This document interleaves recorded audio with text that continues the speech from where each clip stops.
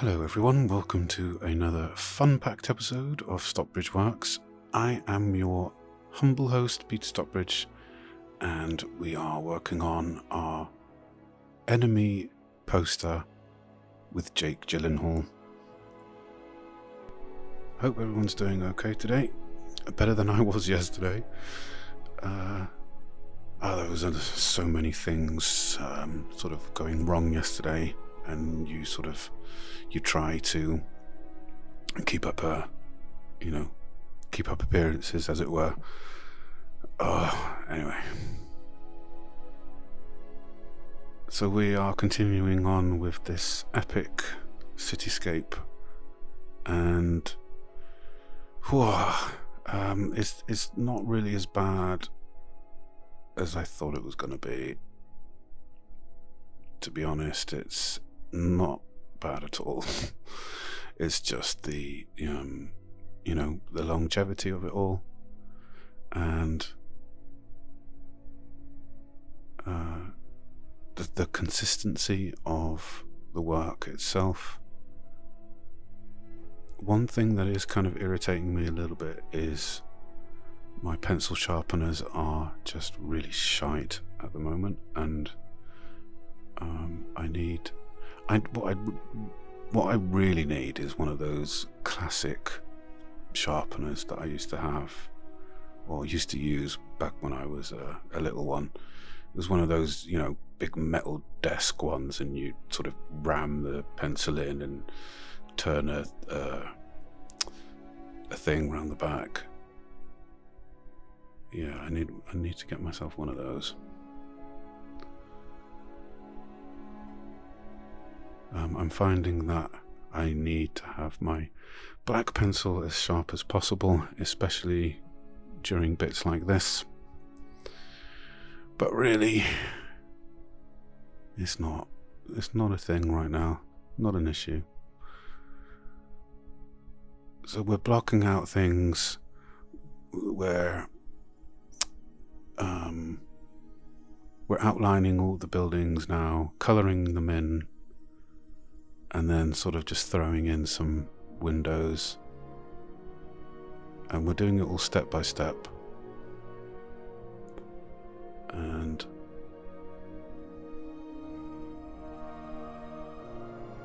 sooner or later it'll be done.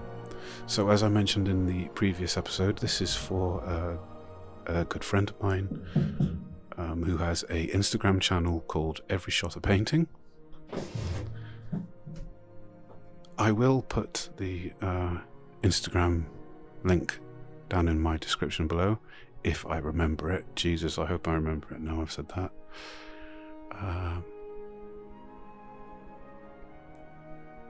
It's very good. I mean, if you're looking for inspiration to, stuff to put up on your wall, you can look through shots like that.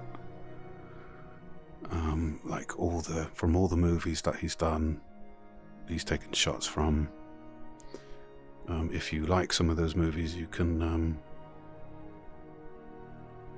get a hold of a copy of that image somehow. Where there's a will, there's a way, and get it printed, throw it up on your wall.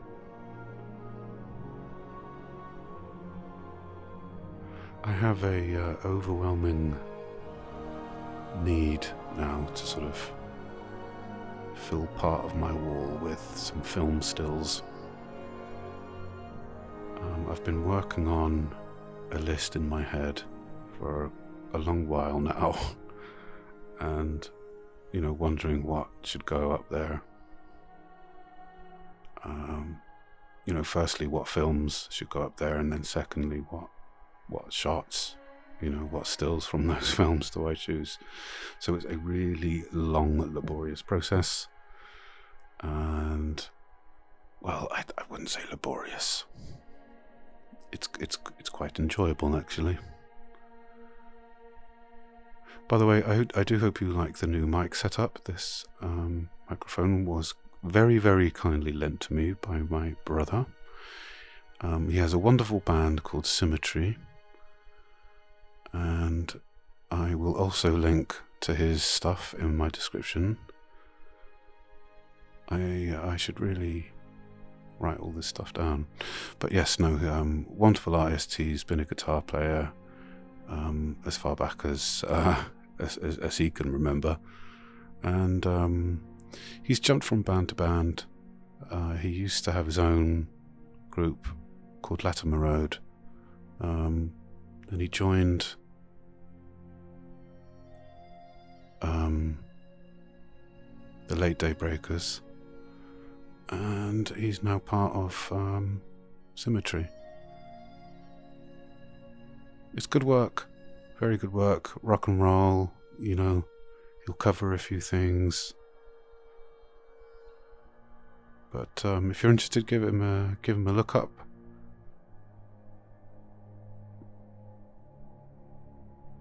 But yes, anyway, he very kindly lent me his microphone, and I purchased a couple of accessories to get everything working properly. And yes, it's all going tickety-boo.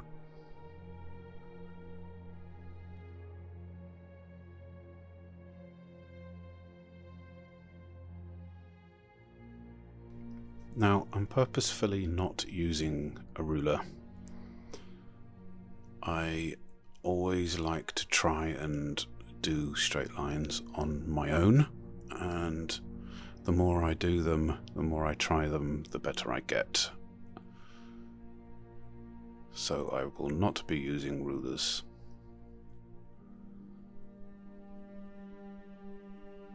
My concern is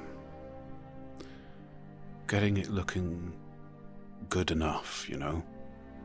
I don't want it to look naff, and I'm always conscious about making sure that it you know, at least sort of looks like a cityscape and not like someone's drawn it. You know, there's always a certain amount of compensating that you have to do, because unless I have a bigger sheet to do this on, you can't really fit in all of the subatomic sort of details, you know, like window sills and stuff like that, bricks, mortar. It's just not doable. So you have to sort of abbreviate to the best of your ability. It's the impression of it, you know, so I'm always conscious about that.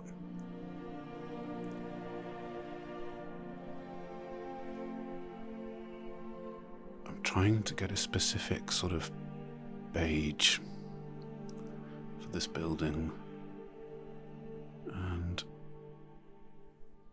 my colour range doesn't extend to a beige. I think I did have something, just can't seem to find it, never mind. We will just crack on with a pale yellow, and we'll probably add some brown down the road. All of this will be sort of, there'll be a deep shadow pass at some point on all these buildings. So it is just a question of going through each building and just making sure that it looks okay, and then I can move on. I'll leave out certain sort of things for some bizarre reason. There's a bit at the top right which I haven't even bothered to do anything with yet.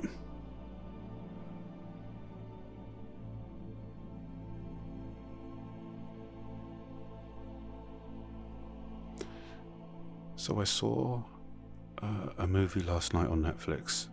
I'm sure I've seen it before, but I watched it again, and it was Executive Decision. So this was 96, I think it was, and it has. I swear I must have seen this before, but I genuinely just can't remember.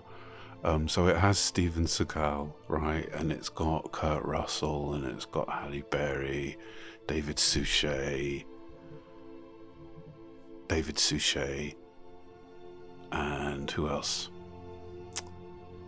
Can't remember. But it's about jihadis, or sort of like a sort of sect from that area taking over an aircraft in a similar manner to the famous US event, and it was a bit spooky. Some bits were a bit spooky in that regard, and I don't know. If you haven't seen it, watch it. It's a great opportunity to see the marvelous David Suchet as a character that isn't Hercule Poirot. Obviously, for those who don't know, he is famous for playing the Belgian detective. He plays it with skill, an ability and a skill that I've rarely seen in actors. His humbleness, his very character is an inspiring, and a very inspiring person to be like, and so it's always a treat to see him playing different roles other than Hercule Poirot, and this is one of them.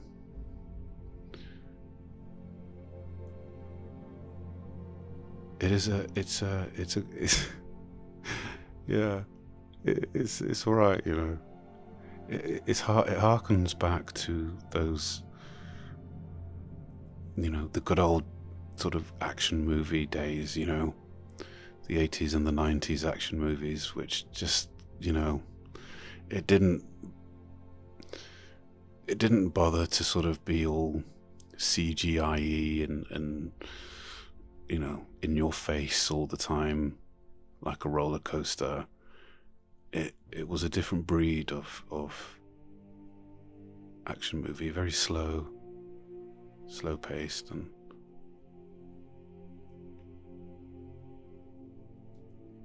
yeah, you should definitely give it a go.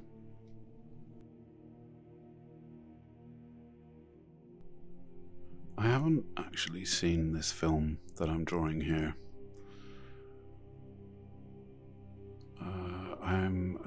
I do quite like Jake Gyllenhaal. He's very versatile.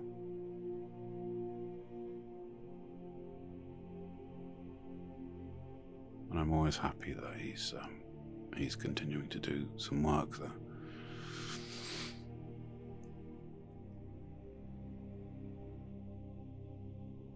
I'm not even sure what city it is I'm drawing here. I should probably know, but I don't.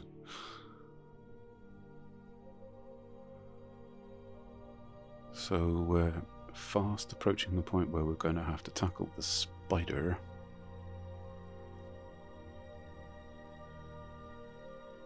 It's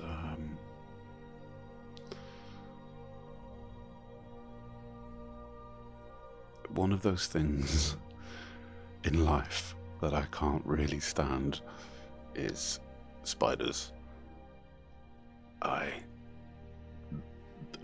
My whole body just freaks out. It's not as bad as it used to be. I will be honest. It's one of those things where it's gotten better, and I don't sort of freak out nearly as much as I do. And I have a certain philosophy with spiders. I don't mind them living in the same space as me. I sometimes won't even mind cobwebs. I will tidy some up if they start to take the piss, as in they start outgrowing themselves. And I always say, I don't want to see you. I don't mind you existing. I don't mind you being, in the same area, you know, staying warm or whatever. But I don't want to see you. If I see you, I'm drop kicking you out of the room. And that's the way it goes. Now, I used to kill them. I won't mind saying I did used to kill them. But I kind of got to a point where I just felt so bad about it. This was a long time ago. And it wasn't like, you know, I sought them out or anything to do it. It was just like if I saw them, instead of throwing them out, I do actually feel quite bad about it. But despite the fact that I can't stand the little buggers, I don't mind them existing. I mean, there's a lot of creatures out there that just sort of make me want to puke. Octopuses, jellyfish, you know, things of that variety.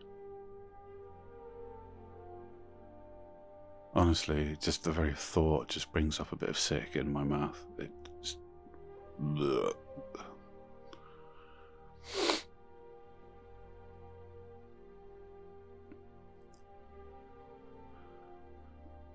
As I keep saying, doing art is very therapeutic. It is such a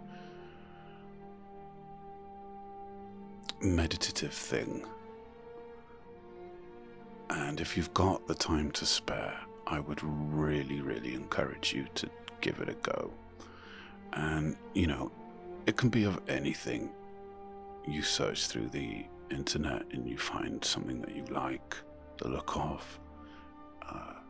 It could be a bowl of fruit, it could be, you know, a building, you know, like what I'm doing, cityscape. You could pick out a poster. But I would, you know, I would encourage you to just go for it.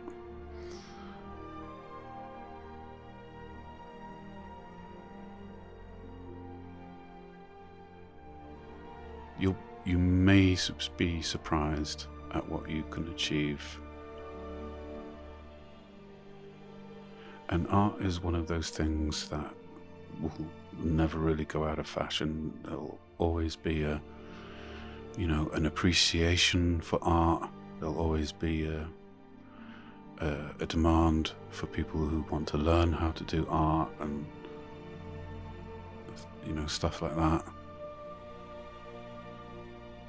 It's not, you know, it's not a passing craze, and it never will be a passing craze. And it's one of those things that I'm very grateful for.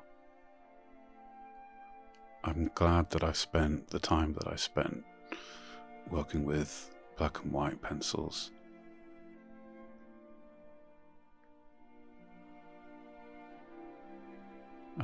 You know, I will return to black and white pencils. There's something that a client wants me to do at some point, and I should have really, I did really want to get a lot more done these past few months than I have, and I do feel really bad about being lax about it. Yes, my mental health matters, but part of the treating of my depression lies within doing art. So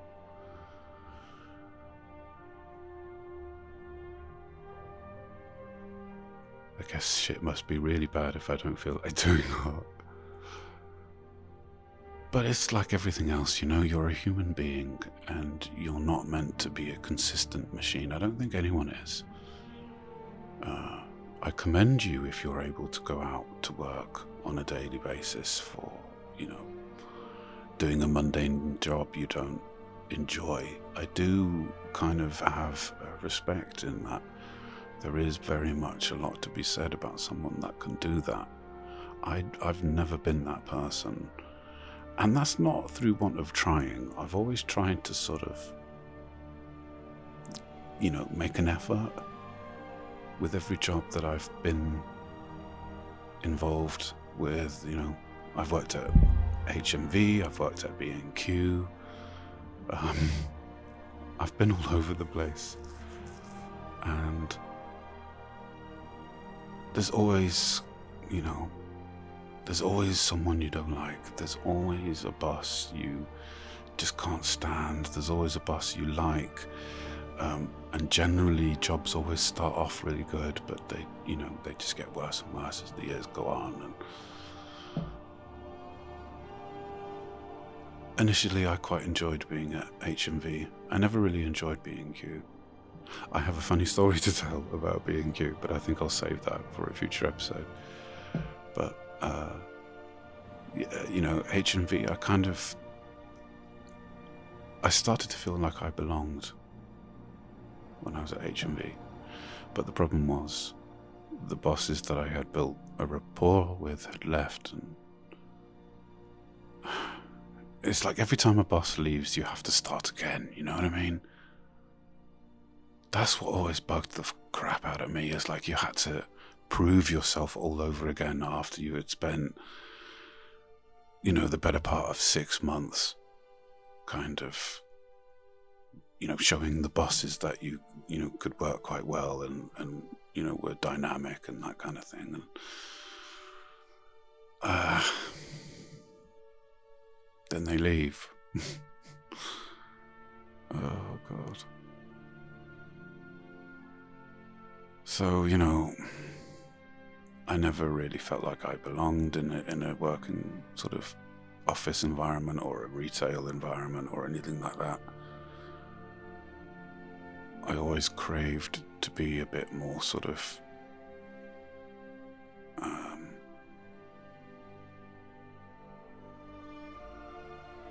I wouldn't say random, but I would say more sort of how I want things to be.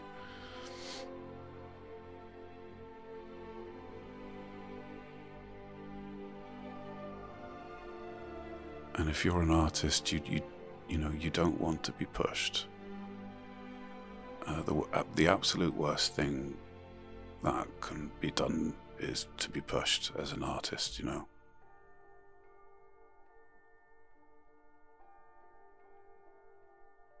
It's the worst thing to have some sort of, pressure, like a deadline or something. So, we're getting there. I know that I'm going to have to do a lot of blending in towards the bottom area. I'll start giving that a go towards the end of this episode. And we are continuing to work on the speeder. God, those gangly legs. Ugh. Oops.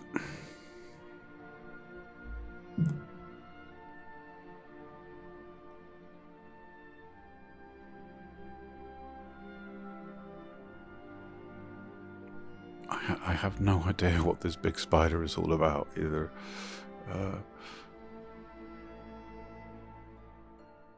I hope it's sort of,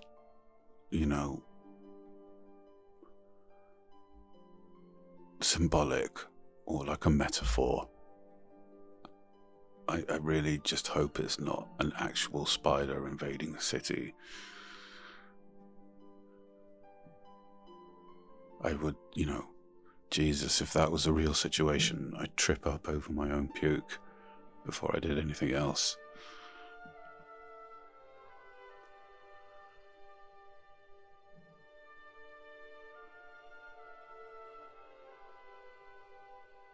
So as I've said in previous episodes, I will try to sort of get set up with multiple cameras eventually, because you can't really see what I'm doing here, and it would be nice if you could.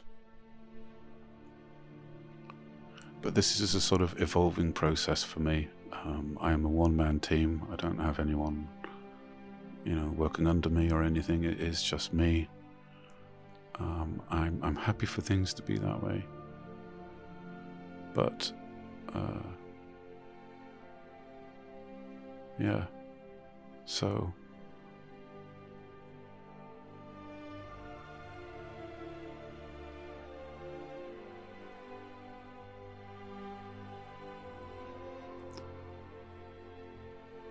we're actually sort of getting more done than I expected, so that's good. It's actually starting to take shape. I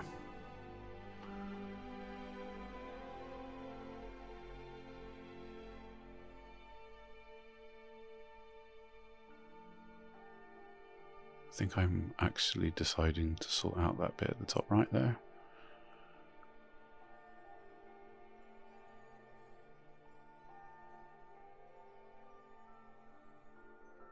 So, yeah, I'm a self-taught artist. I have never really allowed anyone to teach me how to draw. I've always sort of done it my own way and, you know, learnt the lessons on my own. I've always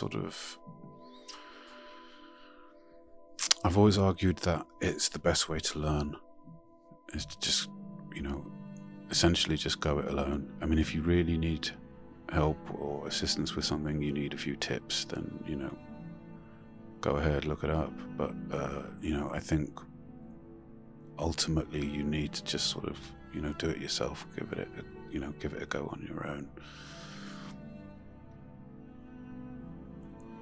It's like a lot of things, really, you know. It is really sort of one of the best ways to learn. Just get thrown in at the deep end, right?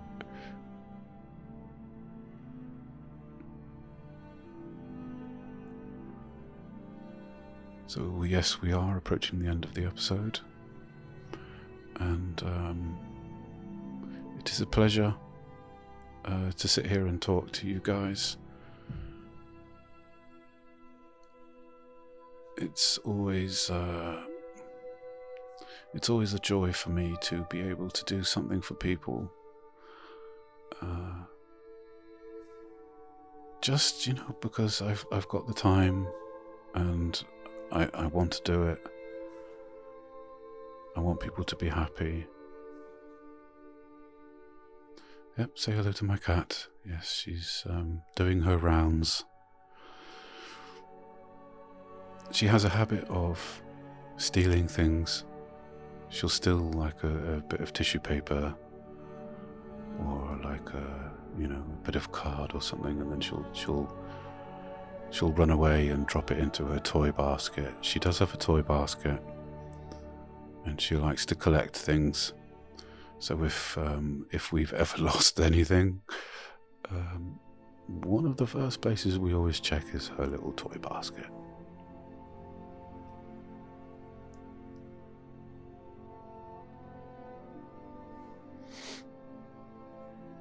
So we're starting to sort of deal with the shading of the hair now, the seam in between. And I've studied the source image, and there is a lot of black hair. There's some highlights too, which will be dealt with at a later episode. But the general gist is getting everything in there, blocked out properly, you know, to a point where I'm satisfied and I can sort of go back to it and polish it off.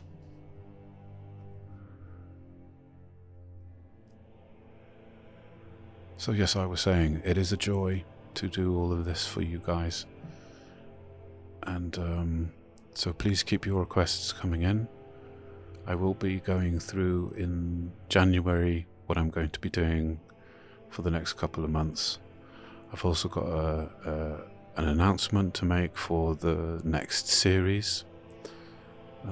If you've been following my channel, you'll know that I've just completed my Joker series, and next year's series will be something rather special that I've been wanting to do for a while, and now I feel like I have the ability to do so. So keep an eye out for that announcement in January of the new year. And so we come to it at last. I hope you've enjoyed this episode as much as I have enjoyed sitting here talking to you all.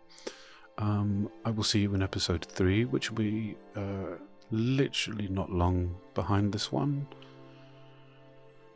Have a lovely day, stay safe, stay well, and I'll see you next time.